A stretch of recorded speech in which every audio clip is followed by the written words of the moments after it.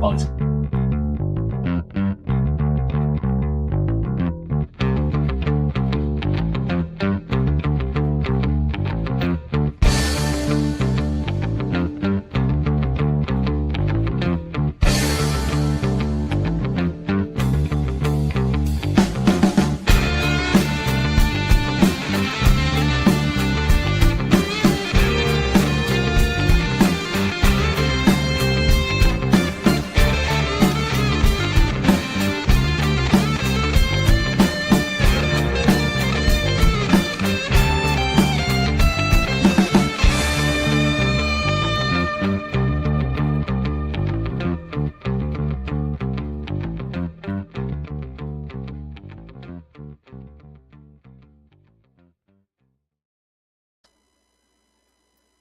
Hello, everyone. hello. Welcome to another edition of Quoth Raven Lewis Bright Raven. I'm your host, Lewis Bright Raven, and my co-host, Chris Hall, saying hi, everyone. Hello. How's everyone doing? Be sure to hit the like and share and subscribe buttons. We'd really appreciate it, as always. It is Thursday, 24th of April, 2025. We are doing an indie-rific episode, I guess. Not a Marvel or a DC to be found. Well, it's not even a question of whether or not there's a Marvel or DC to be found. I mean, oh my goodness. I mean, I don't know. I think we need to just look at some of this nonsense. I mean, hold on a second. Here we go. Oh, it's playing an ad first. I gotta show this other video just for. Okay, this is something we're gonna share real quick before we start. If it'll let me.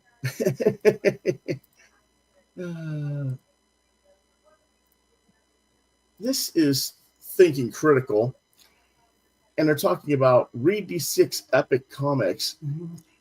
As you can see, this week's recommended books: Red Coat number 11, Teenage Mutant Ninja Turtles number 8, Flash Gordon number 8 as well, Conan the Barbarian 20, Cable Loving Prawn number 4, and New Gods number 5.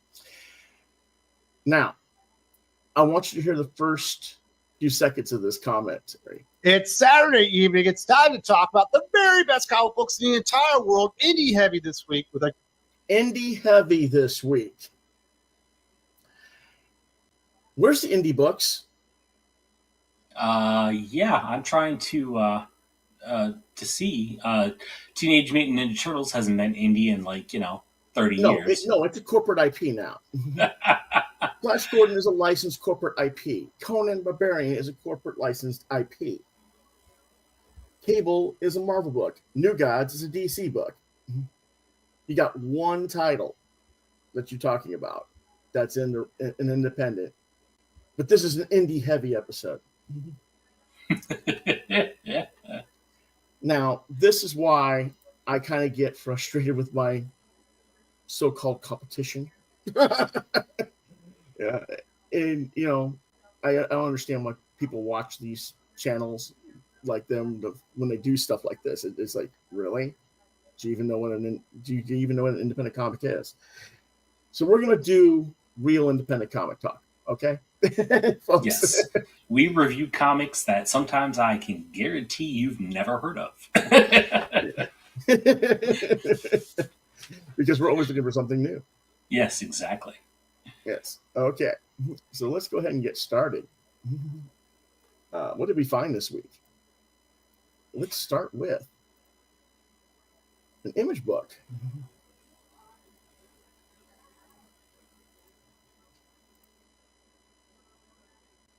Go ahead, Chris. All right. This is Moonshine Bigfoot number 1. Publishers Image Comics, writers Zach Howard and Mike Marlowe. Penciler Steve Ellis, inks Zach Howard, colors Nelson Daniel. Letters and design Thompson Knox. Title, logo design Ed Lavallee. Editor Chris Ryell. Genre, adventure, crime, and comedy. Released April 23rd, 2025. This is age rating of 13 plus. And what it's about. Buzzard County. Buzzard County, that's funny. 1981. Moonshine Bigfoot spends his days making a living while outwitting clueless cops, reckless rivals, and buffoonish Bigfoot hunters. All is hunky-dory until he draws the attention of a Illuminati-esque cabal with his partner in life and crime, Amethyst. Our hairy hero is about to learn that some problems can't be handled just by jumping them in a souped-up Mach 1. So, yeah, Lewis recommended this one to me, and I thought, because he knows I love cryptids, I like Bigfoot, I'm a big fan of that stuff. So this is Dukes of Hazzard meets Smokey the Bandit with some X-Files thrown in. This is my opinion. Chaotic ride, a lot of back and forth and snappy repartee as far as the dialogue goes. But this really, at least this issue, wasn't my cup of tea.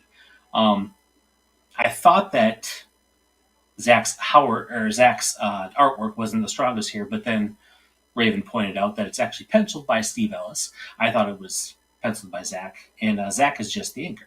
So that explains why it felt a little off for me, and I feel a little silly for missing that. Oh, that's funny. Yeah, I was expecting it to be all Zach. That being said, the story was basically just one long car chase. Hopefully the story will develop more and slow down just a bit to actually figure out what's going on. Truth be told, this was not on my list of books initially. We were just looking for stuff that was fresh, new, for us to try out. And I did think this would be up Chris's alley because it's Bigfoot. And he's a cryptic guy, and that's kind of his wheelhouse. And I have to say the cover did actually grab my eye with its very vibrant color palette and design. And boy, Chris, did you nail the description of this book. It is so Dukes of Hazzard, right down to the omniscient balladeer narrator, that I was literally hearing Waylon Jennings in my mind as it read it. Just a moonshine boy. Never meaning no harm. I'm a Bigfoot you never saw. Been hiding from y'all since the day I was born. My little darling's got curves. Yeah. She's working the steel. Someday the shine might take me, but the law never will. That's good. That's really good. I agree that there wasn't a whole lot of meat on the bone in terms of plot for this issue. It is just the car chase, but absolutely insane and cartoony impossible stuff going on in that chase that is just fun as hell to look at. Introducing the characters, but not really getting to the point, shall we say. But the art is what kept me interested, though. I am familiar with Steve Ellis from his Only Living Boys series from Paper Cuts. And I'm digging the combo of Ellis and Howard as a team. Again, I thought the color work is excellent. And I thought it really popped the pages. I don't know. Chris is the resident colorist. What did you think of that idea, of my opinion there? Oh, yeah, the colors were fantastic in this. The detail on the automobiles is just fantastic. Like it's really, really detailed and accurate. So yeah, Okay. I did enjoy the art, though. I have to say, because I was expecting Zach's, like you said, that's why it felt a little off for me. Because it was like, this doesn't quite look like Zach. I was expecting, his artwork. So Right. But now that you know that, you'll be prepared for the next one and go, yes, okay. Exactly. Yes. Yeah. But I don't necessarily think we need to slow down to get to the story. I think we need to pick up in terms of plot, shall we say. But the pacing and the action of the car chase didn't really allow for a lot of plot info dump either in this issue. Maybe the first issue needed to be 40 pages to let it breathe a little more. I don't know. Maybe. I think I enjoyed it a little bit more than you, which is kind of surprising since I'm usually the one that's bored with the derivative works. But this book does have a charm that kept me interested. Chris gave it 2. I gave it a 3.5. Can I upgrade my rating to 3? You certainly may. So Yes. 3 for Chris and 3.5 for me then. Okay. And our And our extra expert here, The Midnight Monster. the Midnight Monster. What do you have to say about it?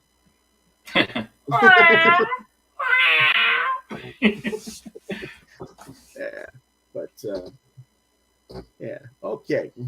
So that was a pretty one. Go on to our look at some of this art. This is not the Bigfoot guy. This is his rival, Crank Torkelson. The names in this book are something else. He's driving his souped-up Chevy Supernova, singing "Free Bird," yeah. And his girlfriend there is like, hey, I hope you don't mind. I invited him to come chase you too. He's like, oh no, the more the merrier. I enjoy this. I've got the police. I've got the scientists who want to dissect me. I've got my rival driving after me. Let's have fun. Yeah, this just the action in this issue is crazy. Yeah, and he's like, yeah, well, don't you think it's time that they're going to maybe get you this time? Are you kidding? Look at all the times you avoided them before. And he's showing these different samples where they all landed in quicksand and one. They did the classic Roadrunner gag here. All the cars and stuff smashed into the side of what they thought was a tunnel. So they're having fun with this, really, for the art.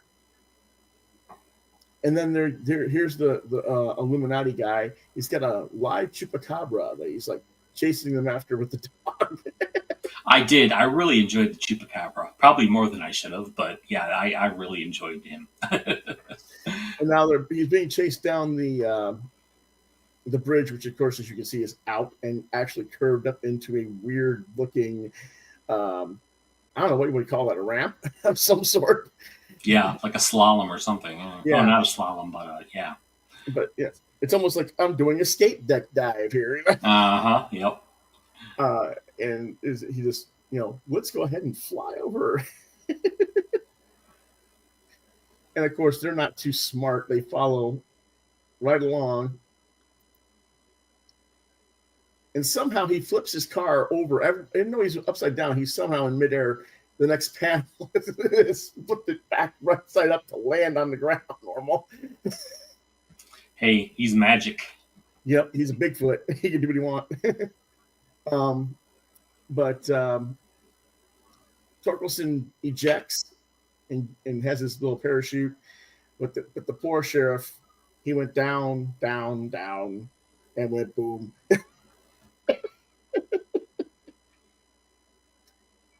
So yeah, it's an interesting, fun story for that stuff. But yeah, I don't know. This is my kid's being silly. He's like, I want to type. No, you can't type. But yeah, cool book. Really enjoyed that one. Let's go ahead and go on to our next one. Buried long ago, number 1 for $4.99 from Mad Cave Studios. Writer is Anthony Cleveland. The artist is Alex Cormack. Letterer Justin Birch. Covers by Alex Cormack, as seen here, and Colleen Dorn, which you'll see in a moment. Editors are James B.R. Ammett and Ryan Carroll. Genre, historical supernatural horror. Released April 16th, 2025. What it's about. Based on true events from 1901 to 1908, Belle Gunness lured dozens of lonely men to her Indiana farm and savagely murdered them for money. But Belle managed to escape capture at a face trial. But because Belle managed to avoid capture and face trial, much of the story has remained untold until now. This is the fairy tale retelling of her brutal crimes from the perspective of her 3 young children, who soon discover that there is something far worse and far more evil than their mother on the farm, something buried long, long ago. Mm-hmm. Certainly an interesting subject to attempt to make a comic about. Cleveland seems to have done his homework on the matter and is presenting things from the children's point of view is actually pretty clever. Cormac's art is well crafted, and though the appeal of the art does ebb away from me here and there, I do like how his characters look normal and not idealized like many comic book characters are idealized and look attractive, so to speak. I like how he uses many camera shots from the bird's eye perspective, looking down on the kids, or from a worm's eye perspective as the camera's looking up as though through the eyes of the child, looking up at the adults or at the world around them. This creates a lot of the subtlety and subtext of the story that a lesser artist might not have been able to convey as well. I like the watercolor style coloring, although it does look better online than Theme 2 in the printed version. The printed version I saw in the source seemed to have red shifted a little bit to a darker tone than the digital version.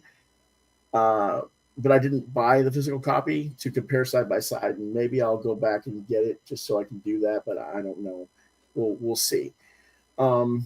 There also seems to be a sort of color filter on certain pages to me that distracted me because I was trying to figure out what the effect actually was. And we'll take a look at that in a little bit on the art pages.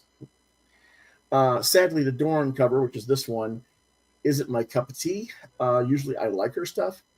It's a reasonably well-crafted design. I like the way the demon monster is, coming out of the shadow behind them. But the bloodstained swoop effect that goes into the bottom right corner kind of gives me the sense that the dress and thusly the figure of Belle is too elongated. And it kind of, I don't know, just didn't feel right to me. Chris, your thoughts? So Lewis and I talked about this previously. Those effects that Lewis was referring to me, they look like texture brushes and watercolor brushes, and like for using a lasso tool for the cuts. It very well could be some sort of like filter that they put over and then cut out, but to me it looks like a brush. Love the fairy tale twist to this story. Feels like a Grimm's fairy tale. And if you know anything about German fairy tales, they never end well and always have some sort of gruesome twist at the conclusion. The line art can be sketchy, but the colors do a nice job of filling that in and adding to the dark, heavy narrative of this story. The story is not too dialogue heavy as some of these books can be, so it was refreshing to not have to read through giant word balloons filled with paragraphs of text. For some reason, that just shuts my brain down, and it's a comic, for fuck's sake. The dialogue should be just enough to give context to the art and move things along. That's my opinion. Yes. And Cleveland's sparse dialogue and not giving us an internal monologue by the eldest daughter as to her own thoughts and emotions, which is what other writers would do, is a better decision, in my opinion. Yeah, absolutely looking forward to the next issue of this. And we both gave this book a 3.5. But and I have to say, I really enjoyed. I really like Colleen's cover myself. Okay, well, I'm not saying it.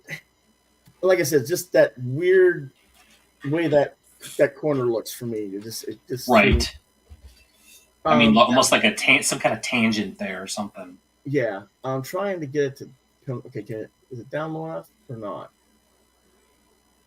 Oh yeah, I think it is. Can you guys see what I'm talking about? That filter on the knight's face. It's hard to see. Can you get in closer? I'm trying to. I think this is as close as it gets. Okay. Yeah, that's as close as it gets. Can you see my arrow or not? Move it real quick. I am moving it. You can't see it. Nope. Oh, there you are. Yeah. I'm talking about this stuff right in here. It looks kind of like a pencil gradation filter. And that very well could be. Yeah, if you get closer, it's very like heavily like stippled almost. Right, but it's not stippling. No, it's not. But it looks like what is it called, a grain? On my Photoshop, but I've got an older version of Photoshop, so it could be a different filter in today's modern tech. But it's like a grain. It's like a grainy filter. Right. Right. And that's what I was talking about. And you can't see it, but it's also here in the fairy's dress. It's over here in different patches of different textures in the helmet, other things like that. Yeah, it's all over the pages. Yeah, so that's what I was trying to get at, was that type of thing. And now it doesn't want to.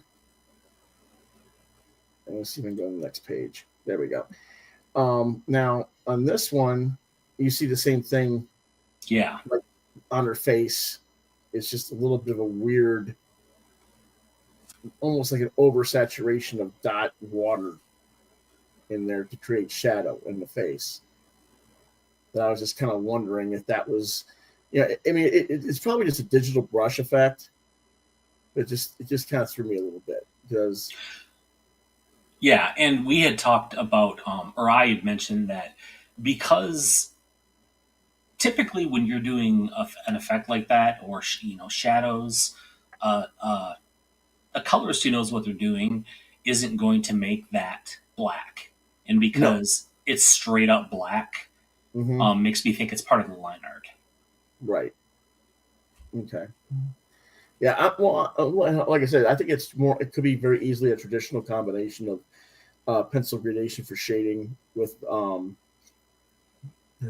more of an ink line for the actual outlines, which is fine. That's a perfectly valid technique. It just sometimes when you're doing computer coloring over that technique, it looks a little bit odd sometimes. Right. Okay, Kitty got out of my lap. Thank goodness.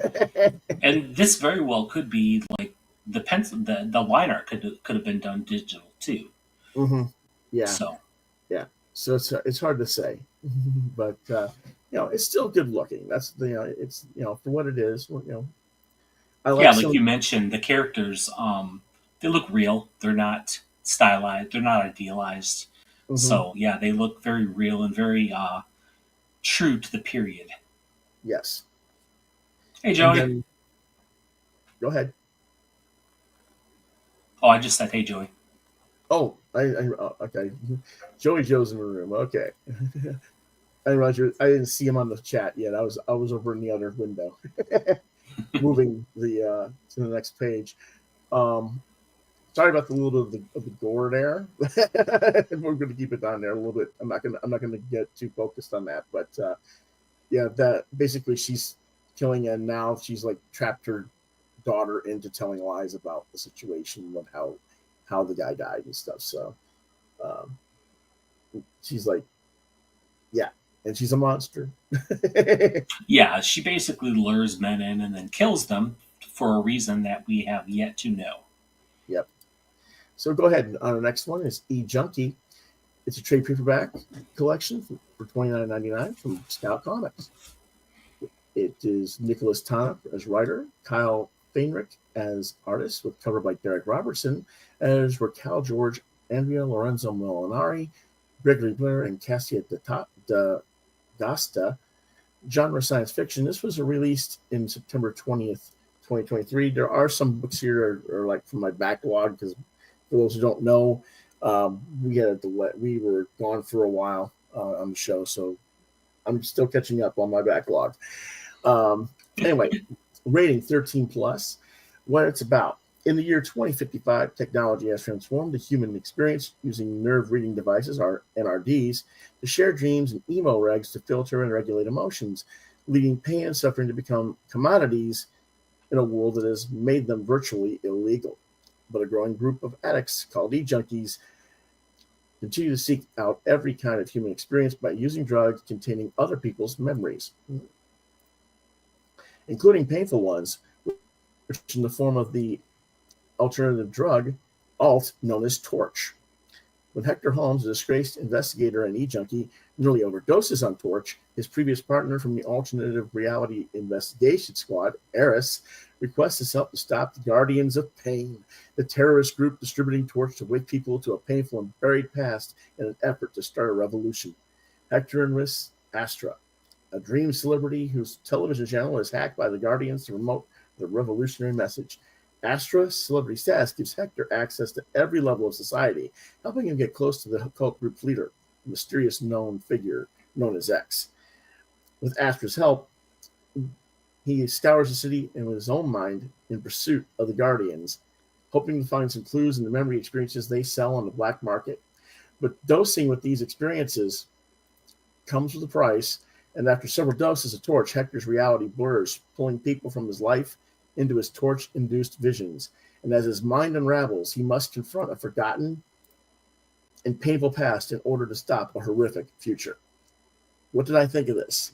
Tana is drawing from a variety of sources, everything from Philip K. Dick's seminal works such as do Androids Dream of Electric Sheep and We Can Remember It For You Wholesale and Minority Report, and then also trying to throw in other similarly influenced works like the Wachowskis' Matrix and Ridley Scott's Blade Runner, which is an adaptation of Sheep in and of itself. So in many ways, this is a retread of very familiar territory. That means that the author has to make us care about the hero, Hector, and really get a feel for what's at stake, both for him and for the world at large if he fails. Hector is kind of like Rick Deckard from the Sheep/Blade Runner storyline, in that he's a disgraced investigator and who is very self-involved and not necessarily a very likable character. The whole ideal of all your memories being drug implants, thus not knowing who or what you actually are, and the drug being called torch, which infers burning away part of your memories, part of your existence, replacing it with other things, which is akin to Charlie Kaufman and Michael Gondry's 2004 Eternal Sunshine of the Spotless Mind. Well, as you can see, I keep referring back to all these other sources of stories. That means the story isn't strong enough on its own if I'm constantly making comparisons, and I'm not really talking about the work itself. That's not to say the story is bad. It's reasonably well executed. It's just not as unique as the praise blurbs on the cover and some of the hype for the book would have you believe. Do I care about the character? Not as much as I would like to. He's kind of an ass. I mean, sure, Deckard was an ass in Blade Runner, where they lost a lot of the backstory for the character from the original source material, but I still cared.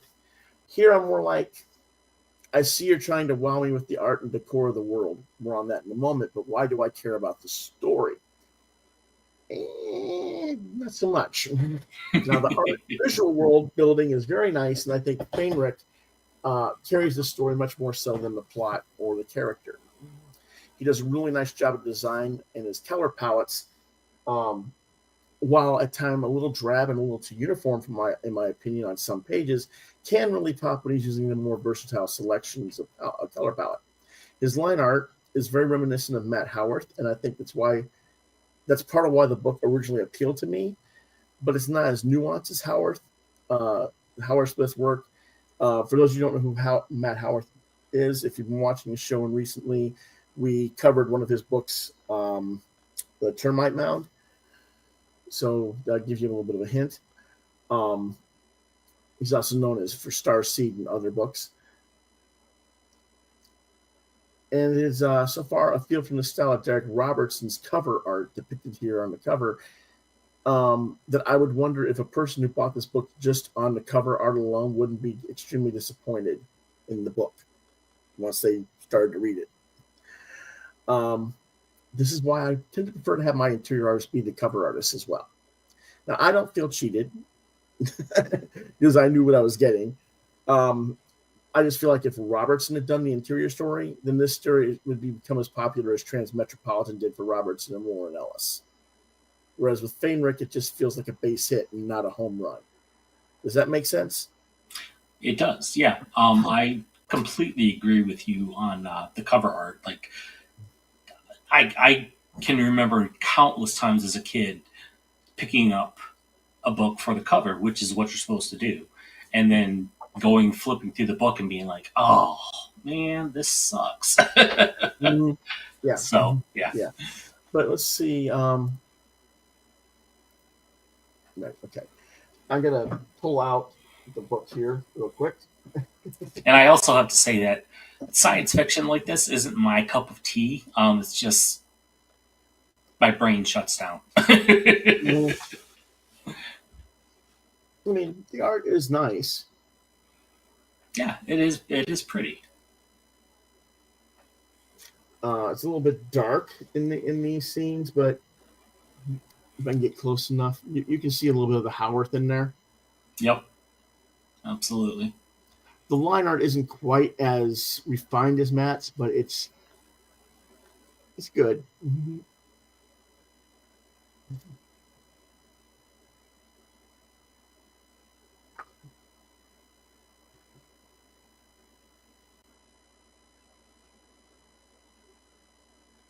Yeah, it's still a nice looking book.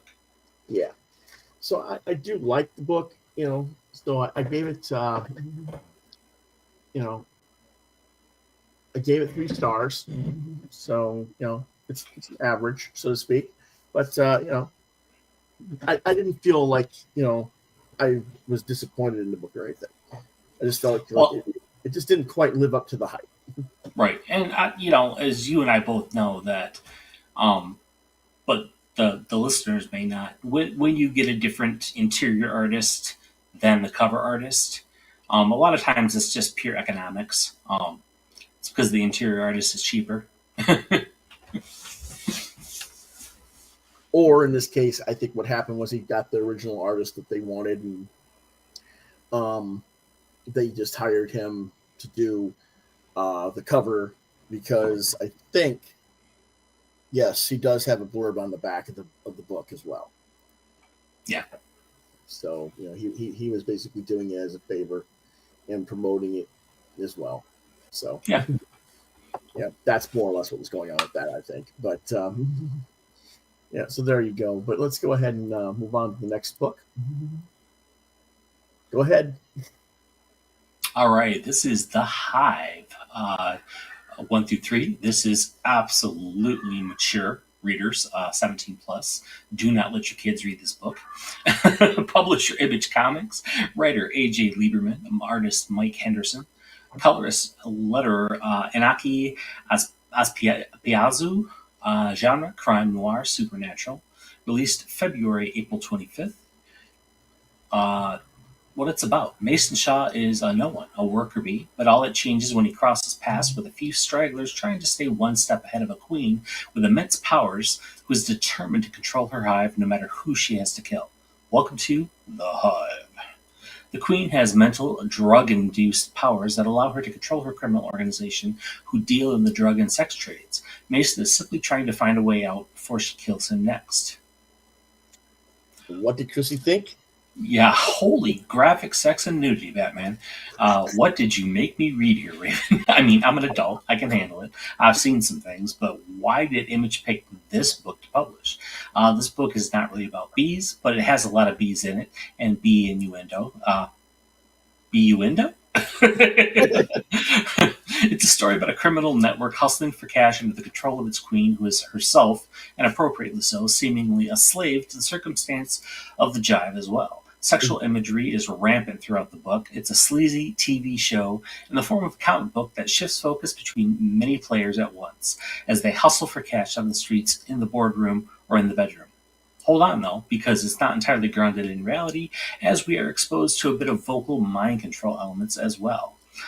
As in the animal kingdom, the queen has complete control over her drones and workers and can compel them to do her bidding, regardless of any danger or threat to themselves.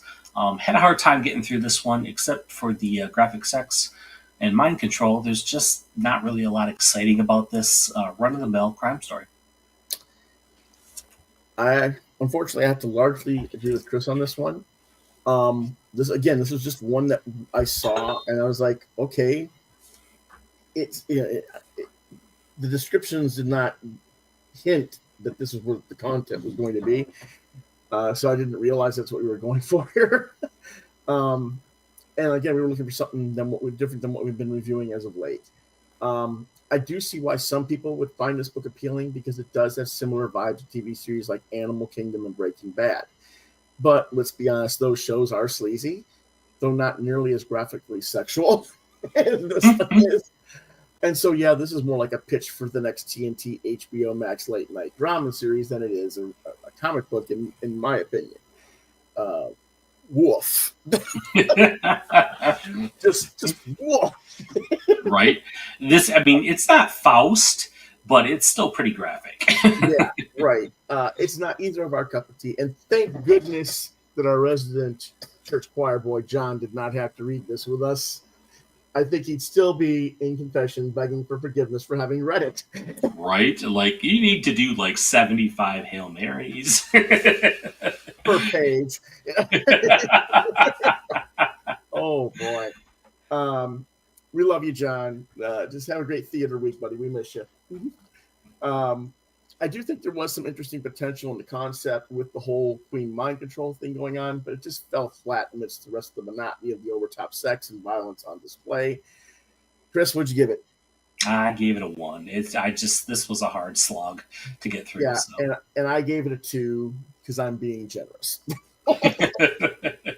So, and we're not going to even show the art because it is just that raunchy, a lot of it. So I'm not even going to bother.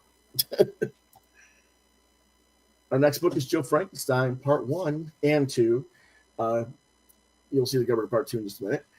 Trade paperbacks, $25 each. Publisher is Compass Comics. Writer is Chuck Dixon. Artist is Graham Nolan. Color is Gregory Wright. Letterers are Carlos M. Lingual, Chris Mowry, and Gilberto Lacanzo. Editor is Tom Waltz for the singles that these were based off of, and Graham Nolan for the collected edition.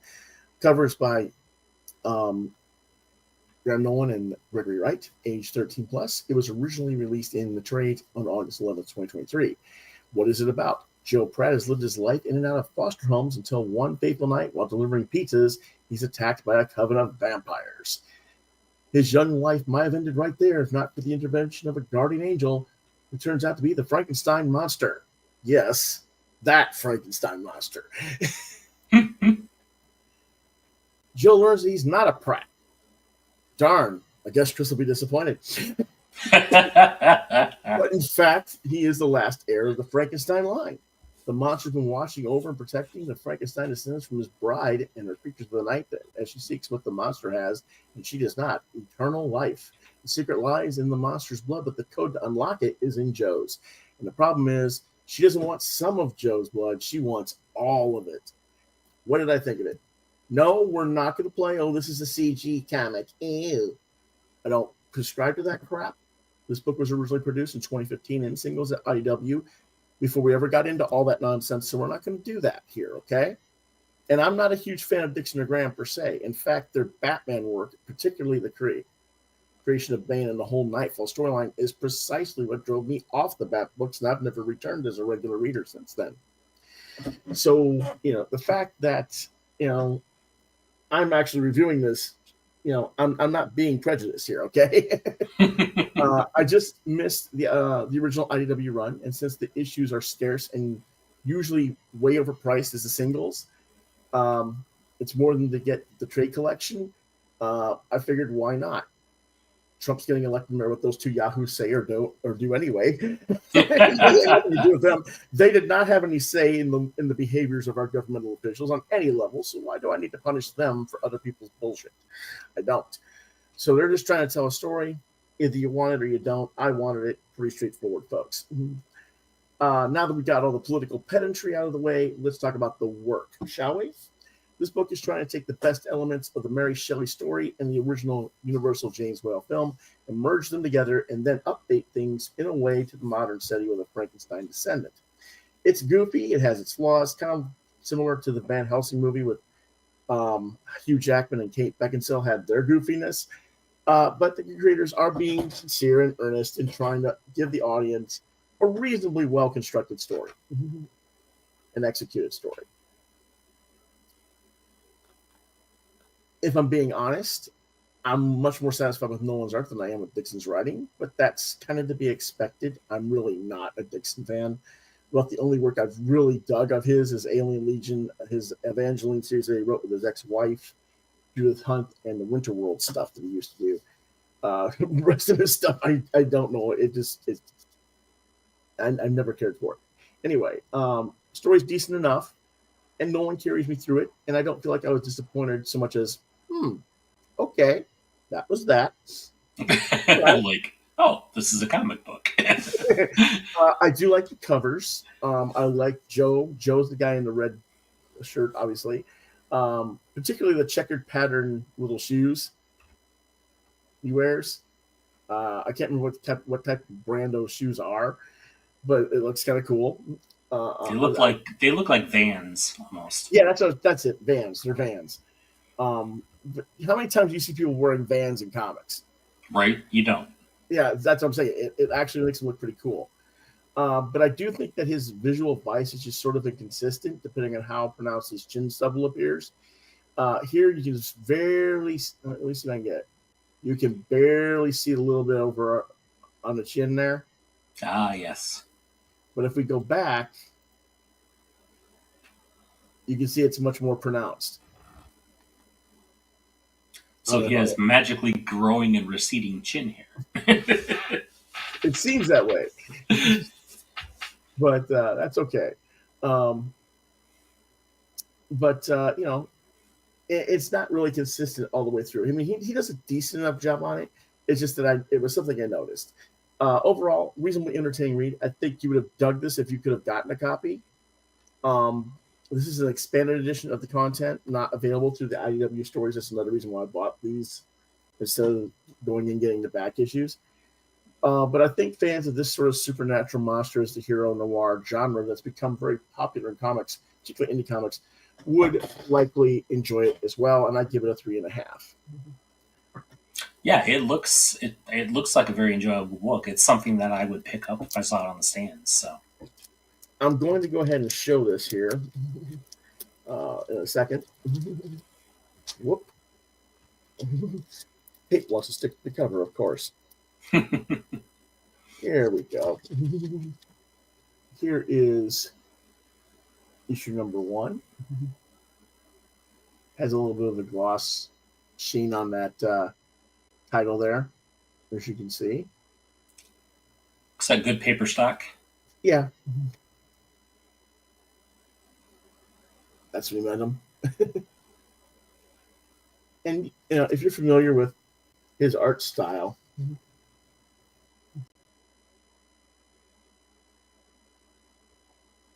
yeah, very, very well done. Yeah. So you know, and he's talking to his family, and you know, he gets grabbed by a vampire. And he's like, he's got to save his family from the vampires. And I have to say, I like how he did the holy water effect on her face. Yeah, that's cool. Yeah, I have to say that as far as coloring goes, I miss in modern comics, they do color shifts and they do like interesting, you know, colors to emphasize certain things in panels, and that's severely lacking in comics today, as far as I can tell. So I do miss that sort of thing. And you're saying it's here in this? Yes. Right. Okay. And well, the reason it's in here is because of who's coloring it. Let me show some of the early stuff that's actually kind of even this, even though there's a black and gray type tone, there's different levels of gray shade, and the tone of the lettering is colored. Yeah. And you know, but Gregory Wright is classic. He's been working for Marvel since the 80s as an editor and colorist, and so he's got that old school mentality. Right. And that's part of why he thinks of that sort of stuff. Okay, and I'm going to show you the other one again. Come on.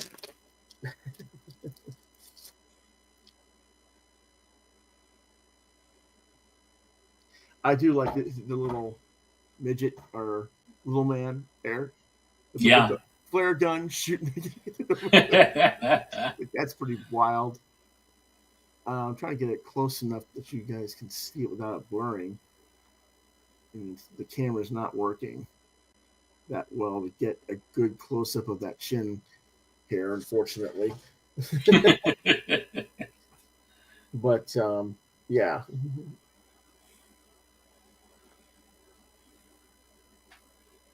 Yeah, just very, very nicely, masterfully done.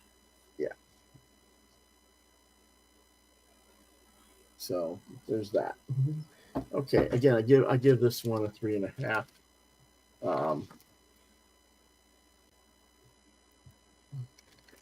For the overall, both of them. Our next book is another Graham Nolan Compass Comics book, The Ghost of MATECUMBE, number 1 for 25. Again, pretty much the same team. Gregory Wright and Carlos Mangual join him. This is horror, crime noir, supernatural. It was released in January 2024. Possibly, I've seen August and I've seen January. I don't know when I got it. I think I got it in like late early December, so I'm thinking it's more like January 2024, but I don't know. Anyway, In the sweltering heat of the Florida Keys, the dead are returning.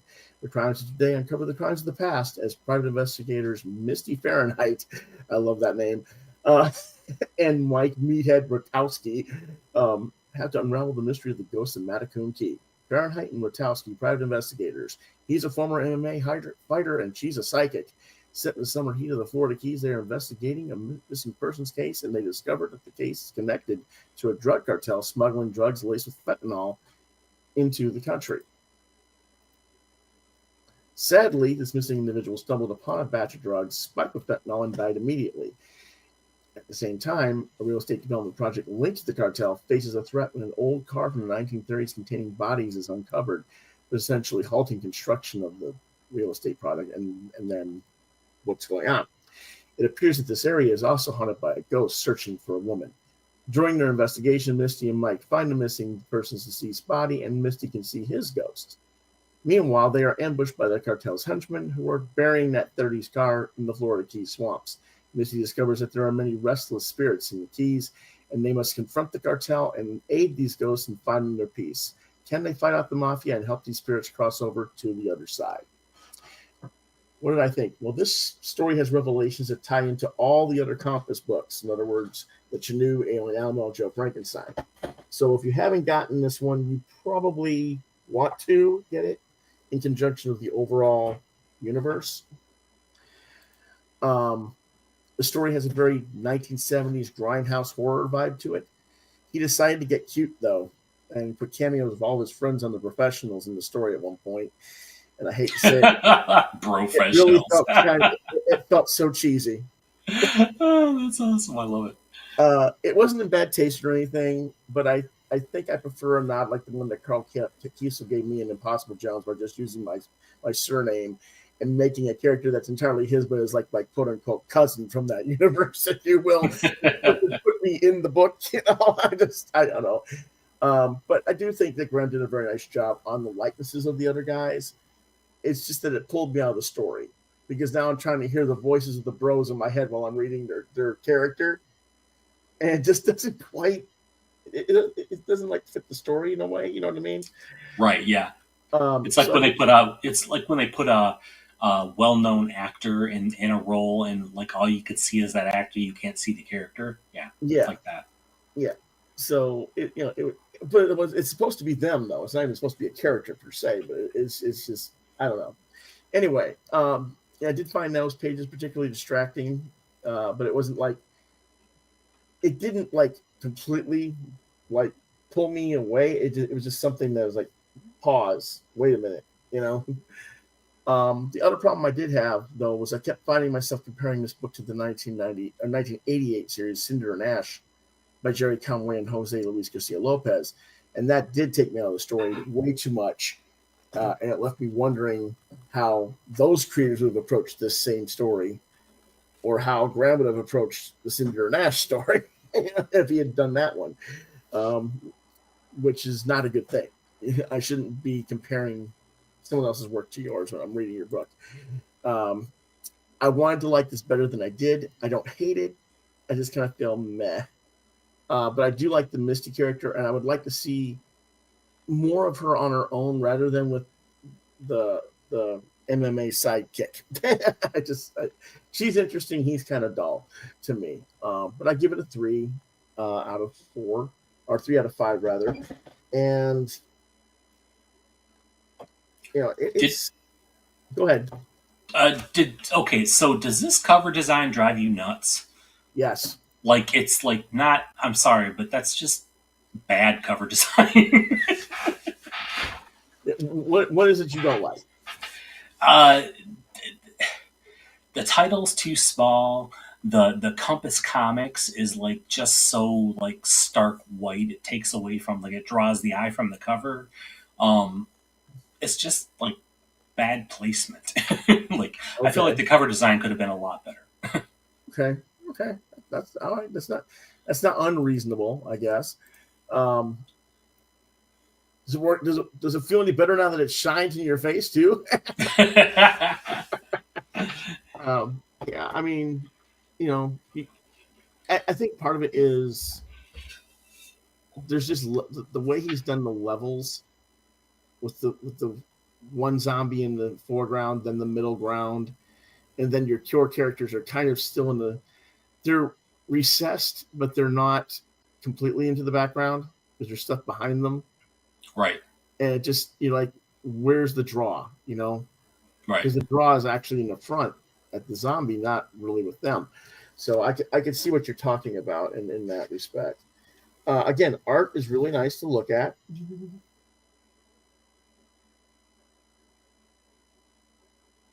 Yeah, it's very, very nicely done. I do like his yo yo yo. It's like, really? The person who says yo yo yo is me wearing a freaking Star Spangled Cowboy hat? Yeah. I could totally see this as a movie like starring like Dave Bautista. Yeah. Right. Mm-hmm. Yeah. But and the guy with the hat, Flavor Flav.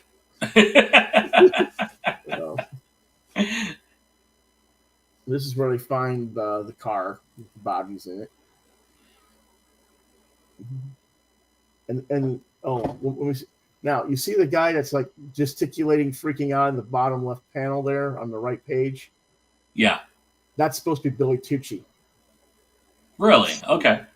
Yes, and his bottom line and his comment is, "For shit's sake, I need it's like a hole in the head."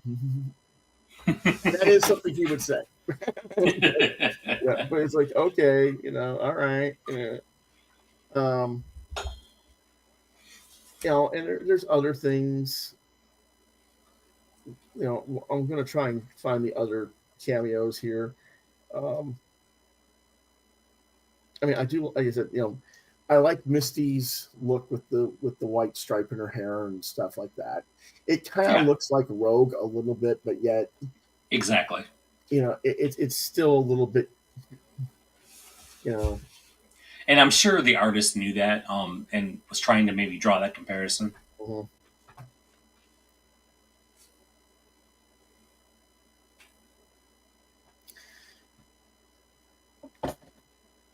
The bald guy. Who do you think that is to look at the bald guy? It looks familiar, but I'm horrible with names, so. Well, think of the professionals. Which one is it?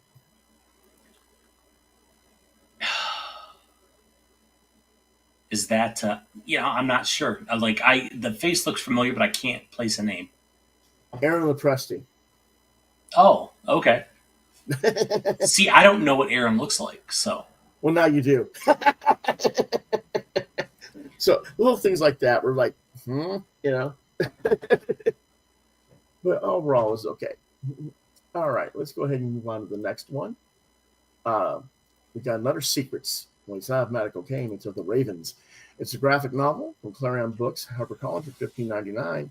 Writer artist is Joanna Cacao. And genre is fantasy, dark mystery, coming of age. Released November 7th, 2023 for ages 10 and up. What is it about? Twin siblings Elliot and Liza only have each other. Their parents are gone, and their home was taken, and they're out in the world surviving on their own. And they're forced to scrounge up plastic and metal for trade for coin within an abandoned garbage heap.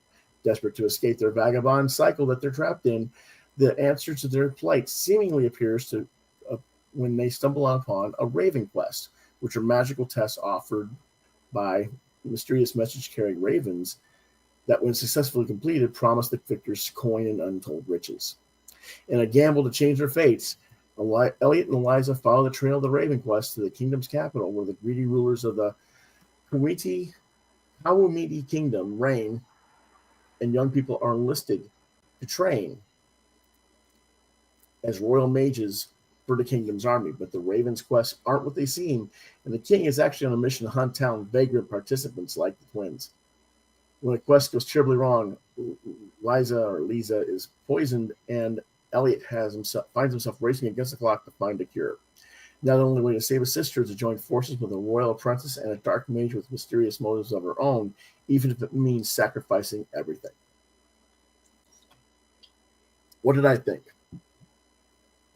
Well, this has some really nice Filipino culture and mythos wrapped up in a sort of manga-esque type magical adventure. I see similarities to Naruto and the Legend of Korra in the work. The art and tone of the story is for a younger audience than those properties, and I think this would be a good alternative for a younger reader to be given in lieu of those series, as those series have more teen and adult themes in them than this one does, and I feel like this work has more of a late elementary, middle grade school level of context by comparison. My only real criticism is that the novel does leave things on a mild cliffhanger to wait however long it's going to take for the author to do the next story. Now, I don't know if her contract with the publisher is for a certain number of books. That is typical with a book publisher such as this one, so that isn't necessarily a bad thing. It might actually benefit both the author and the readers in the long run, whereas with comic publishers, you never know whether or not you're even going to be allowed to finish your first story arc before you're canceled.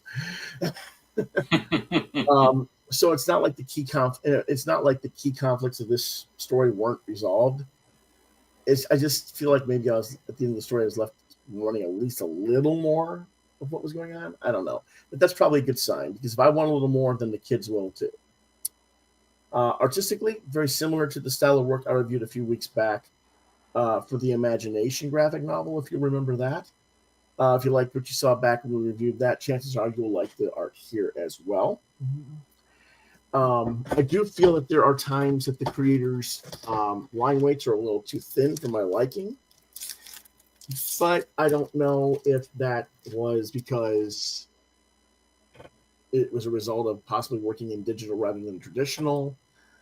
And I have to take in consideration what the style and expectations that the publisher may be.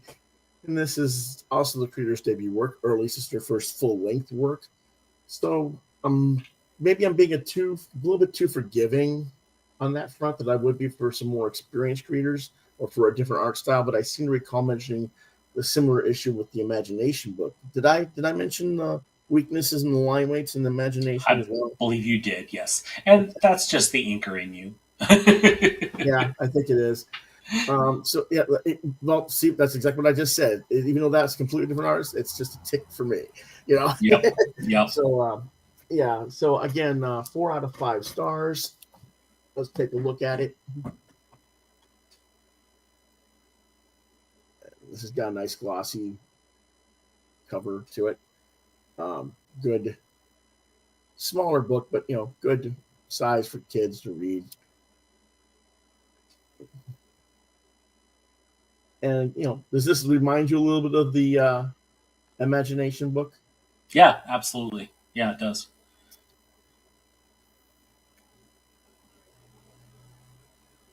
But I really actually enjoy line art like that art style. So yeah, very cool.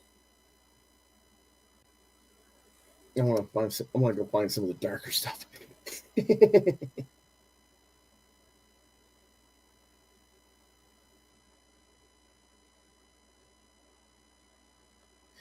Some of the color palettes are a little weak, I think, in her choices.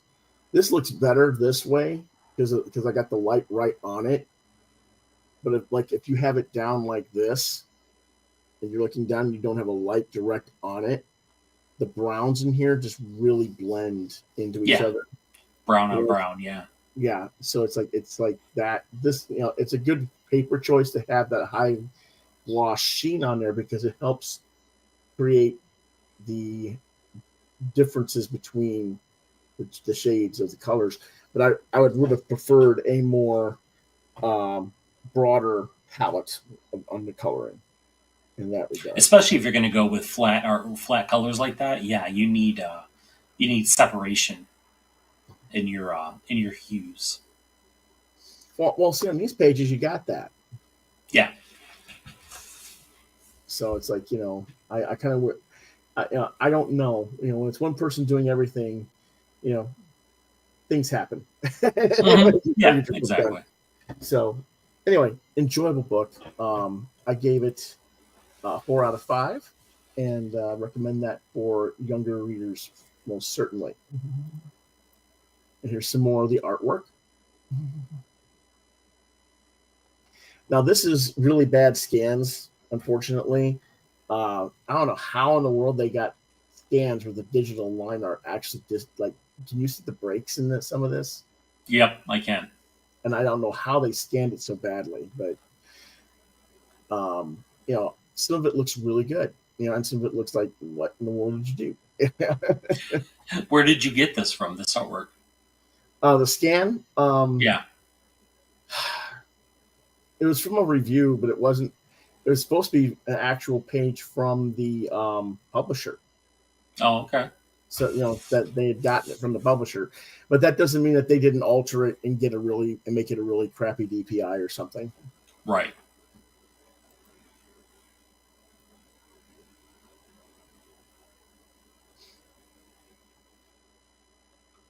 And there's some more stories in there, and what they're telling them is that because they don't have any money, they're going to get in trouble basically, and get caught by the bully cops, more or less.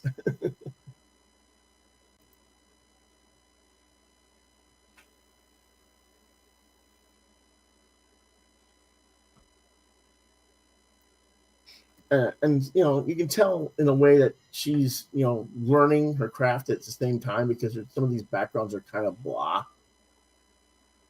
but at least she's consistent in what she designs from panel to panel. So I'm not too but I do kind of wish like this last go back this last panel, I kind of wish that she had put the background over here.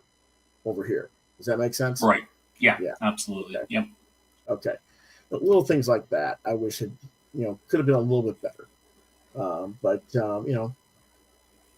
editors edit. Right. Right. Anyway, next book, USAGI YOJIMBO 10,000 Plums, #2 of 5 for $4.99. Publishers Dark Horse, Dogu Publishing. Writer artist Stan Sakai, with colorist Emi Fuji on the cover, and Hi-Fi Studios for the interior. Variant covers by the Escorza brothers, Eric Talbot, and lettering by Stan Sakai. The genre is fantasy, a little bit of science fiction, I guess, in this one, but it's mostly fantasy. Historical fiction. Release date April 16, 2025. What it's about: a group of the Shogun's men are found slain in the plum tree forest, and the only survivor is a young village girl reeling in shock from the attack. Usagi, Yukichi, and Jen agree to help to protect the plum trees and prevent more tragedy from befalling the locals, but will their swords be enough?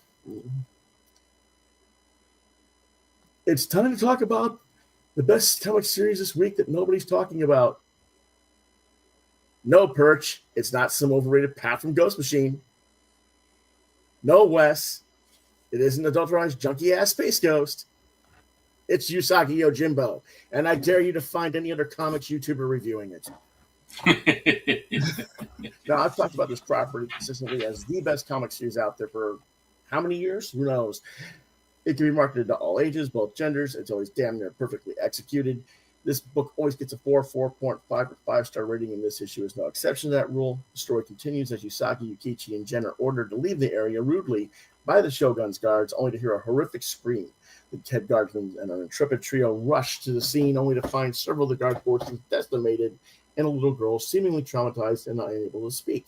When the guard force is depleted, Yukichi, that's the young guy here in the background, his younger cousin, Usagi's younger cousin, offers the trio services out of respect for the fallen and for the benefit of the others, much to the chagrin of Jen, who grumps about not getting paid and that we should have at least negotiated some accommodations and get some food or something.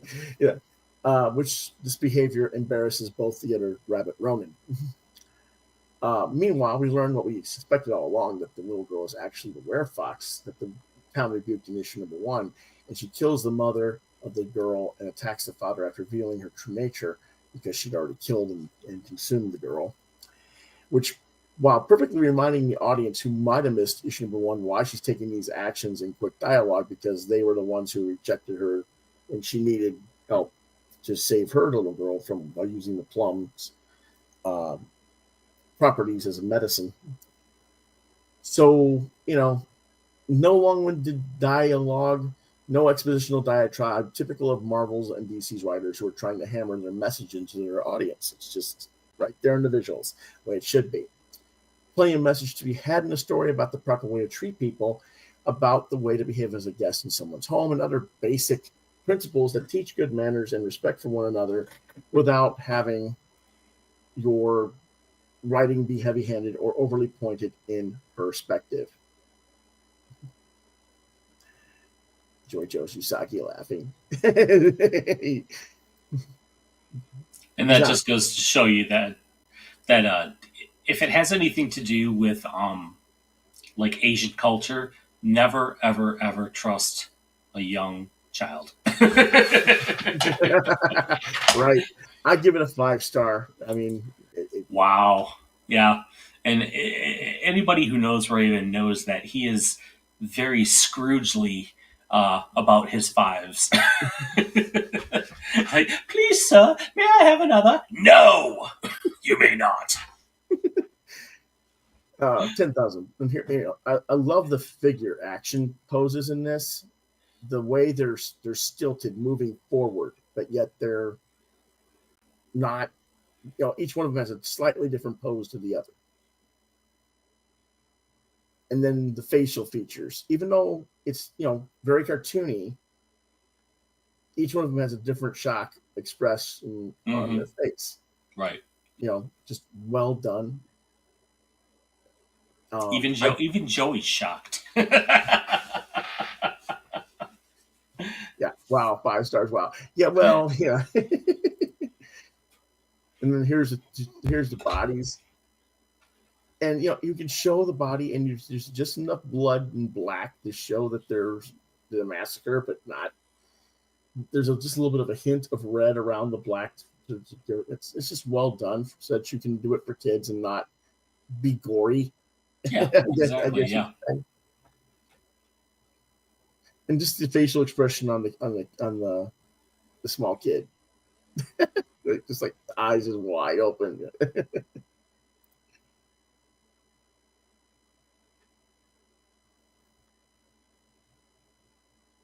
Yeah, I've never read Usagi, but it looks like a fun series. Yeah.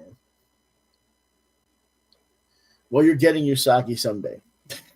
Yes. I'm sure I will eventually read it. No, whenever I get sent the box to you that stuff, you're getting a Usagi book. Oh, very, very cool. Our next book is Shudder number 21 for $6.99. Publisher Warrant Publishing. Writers Don Gluck, Bambos Giorgio, J.W. Ford, and Artie Godwin. Artists are Nick Pauloico, Santos Zabalos, Reno Maniqui, Michael Bergvis, Jim Wiz, and Chris Nye. The cover art is by Don Mates. Wonderful cover. Horror, dark fantasy anthology, released in February of 2025. It says April 2025 on the cover, but it came out in April, or came out in February, I should say. What is it about? This issue has 6 feature stories and 1 short on the inside cover. 1 bullet. A gunman who takes pride in killing his victims with 1 bullet takes on an entire gang. How's he going to manage this one, right? Right. The Second Life of Amentet, a gathering of spiritualists raises Pharaoh's wise man to their regret. The Lost Ghost is an adaptation from Mary E. Freeman's 1903 short story by Artie Godwin and Reno Maniqui. The Old Wizard's Dying Wish, which is the cover story, where the wizard asks the servant to perform a final chore, but the servant defies him and suffers the consequences of that choice. The Devil's Work. Billy's folks say that everything is Satan's work. Girls, music, comics, everything Billy likes. And Honor Among Thieves. Garth and Collins see vampires slay a victim, and then they raid their castle as they sleep. What did I think? This is pretty standard stuff from the Shudder crew. Only story I really didn't care for was The Second Life of Amentet. Bergfist just kind of phoned the artwork in on that one, in my opinion. The rest of the stories were all pretty solid. It's on par, better than the Omnipress EC wannabe stuff. And they've been doing it a lot longer. Overall, I'll give it a 4 out of 5. It is all black and white. There's also the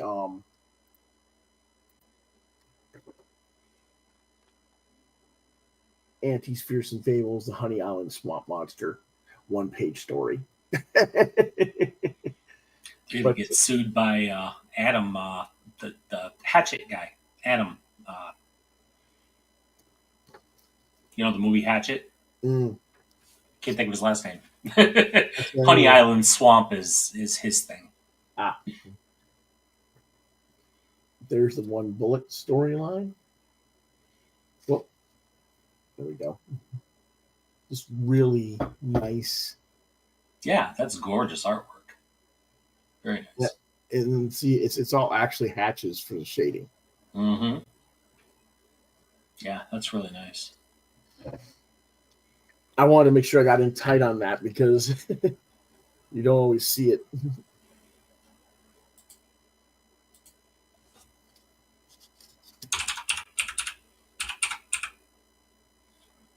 Good faces in general. Zombies. He's killing everybody with one bullet. Just really well good Western noir horror there. This is the one of the story I didn't care for as much. Not that it's bad per se, it's just I've seen better from him.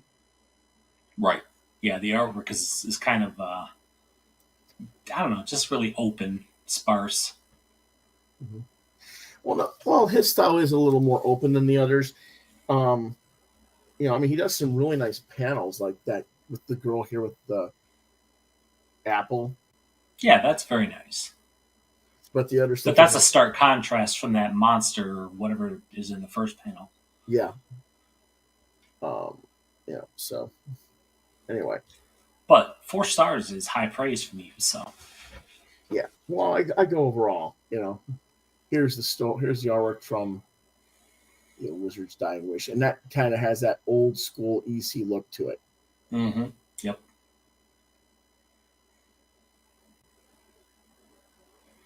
So I like that. Of course, this is by Kawoko.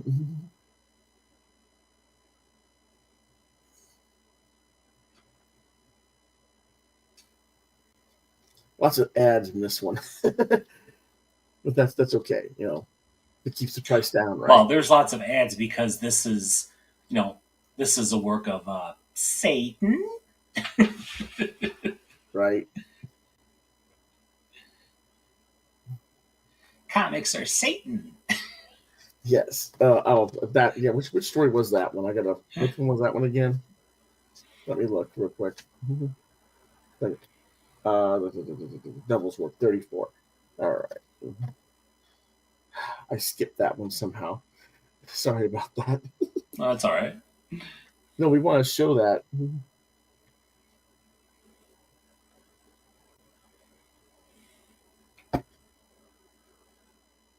I like toys.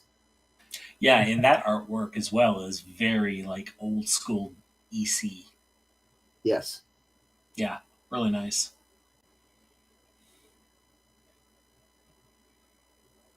So, yeah. Overall, 4 out of 5 on that one. Okay. And I'll let you read the next one. All right, this is The Space Between trade paperback, $17. $17.99. $17.99. Okay. Publisher is Boom Studios. Writer is Karina Bechko. Artist is Danny Luckert. Letterer Jim Campbell. Editor Sophie Phillips Roberts, Daphne Pleben, and Matt Gagne. Genre is science fiction. Released July 24th, 2024. Age rating is 14 plus. What it's about. Collecting the 4-issue series on the interplanetary arc Dodana, life is controlled according to the edicts put in place hundreds of years ago. But when a pilot named Revla falls through the vents and out of her privileged life and lands deep within the belly of the ship, she meets a worker named Les, and everything about their society is questioned. Each chapter tells a new story of love and rebellion at pivotal moments of humanity's greatest adventure. Across the centuries, factions rise and fall, political movements gain and lose power, and society changes both for the better and the worse, all within the microcosm of the spaceship Dodana. The only constants, hope for the future and the persistence of the human heart. What did I think? Essentially, there are 4 chapters in the story, each one a self-contained feature with an overarching narrative semi-connecting them. This both benefited and hindered the way the stories were told. Many people will likely find the pacing of these stories uneven and rushed, as each story needs to be concluded in short order. Bechko, who wrote for the TV series The Expanse, is very much playing with the same tropes as what you would find in that series. It feels very episodic in nature rather than a comic book to me as a result. But that isn't necessarily a bad thing, but it might turn off some comics readers, basically, is what I'm trying to say there. The writing's okay. Concept isn't exactly groundbreaking. We've seen it plenty of times before in books, television, and film, but it is semi-new to the mid-tier mainstream level of comics. It's been done in the indies plenty of times, but it hasn't been done mid-tier or standard comics.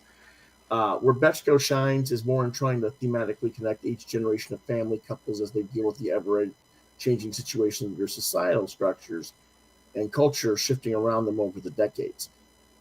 Personally, I would have liked this book better as a prose work rather than as a comic.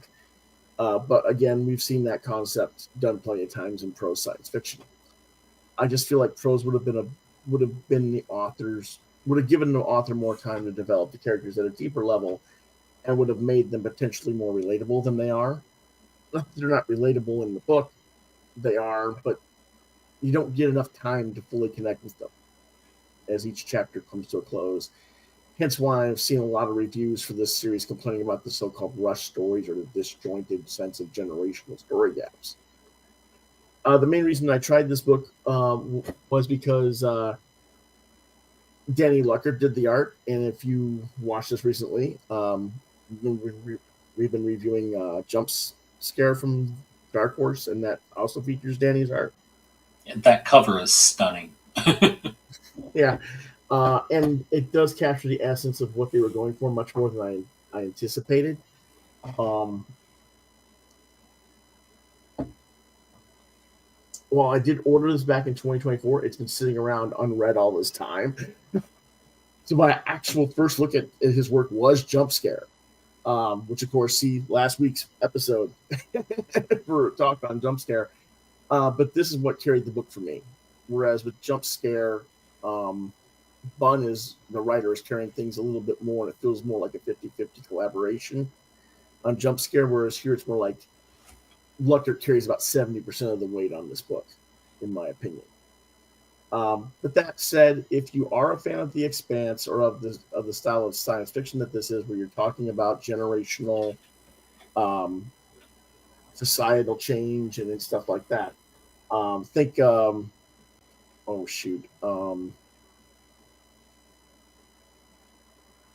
the Mars trilogy. Yeah. Mm-hmm. Or by I can't think of his name right now, but Blue, Red, and Green Mars, or Red, Green, and Blue Mars, I should say. Anyway, that sort of stuff. Then you might like this book. You might be worth trying to check it out. I'd give it a 3 out of 5.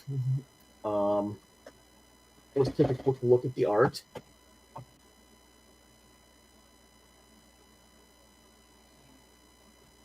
This is a little bit of a light gloss, but not too much gloss on the cover.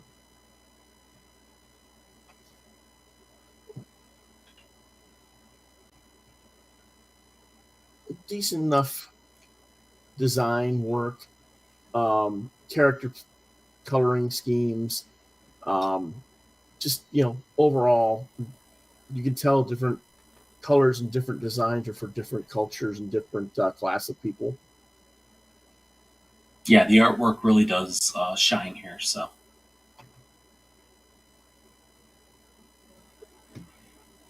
nice color again, particularly on his face there with the shading. Mm-hmm. Very nice. Jumping ahead of different levels of who and what can be accepted and not accepted and why.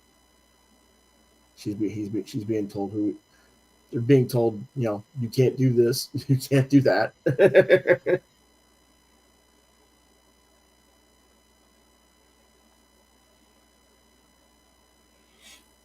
You can see who's dressed how and who's rich and who isn't. basically.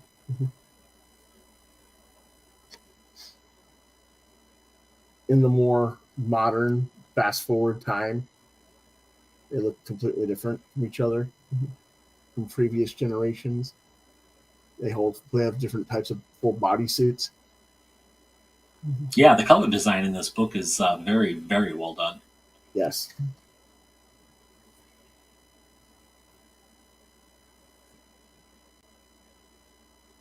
Yeah, the art would definitely carry this book for me. I'm not a fan of that type of story, but yeah, the art would definitely carry this book for me. Yeah. So, and that's pretty much what we have for you tonight, I think. Yes, it is. So, Did you rate that book? I forgot. Oh, yes, I gave it 4. Oh, 4. Okay. 4. So, yeah, we were going to have like a lot more, but things just got hectic this week. And we decided that 10 was enough, because if we did full 17 and it was still mostly indie, we were just being over achievers. Right. I think we proved our point to Wes. Yes, exactly. These are the true indie books. Yeah. So, so next week we will get back to a more normal, diversified level of books and not just indie. We're going to do Martian Manhunter number 2, Green Lantern Dark number 4, Epitaph the Abyss number 10, Minor Arcana number 6, Bug Wars number 3, Arkham Horror, I'm trying to think of the name of I can't read the whole thing. The Terror at the End of Time, that's right. Station Grand, Dawn Runner, Primordial, Raised Ghosts, and there is more. It is real variety, unlike indie heavy West, and is one book that's actually an indie comic. So next week we will be here with real comic talk, as always, all these books and more. Tomorrow we'll be doing the Marvel connection because Chris has spoken and he wanted us to stick with Marvel for another week. And John's out of the office, so we'll just go ahead. Actually, I had rented this movie and I was tired and fell asleep and I missed it. So actually, I just wanted the excuse to finish the movie. All right. Well, you're just craving yourself some Craven of the Hunter, right? Right. Love me some Aaron Taylor Johnson. Okay. So we'll see you tomorrow at 8 p.m. for that.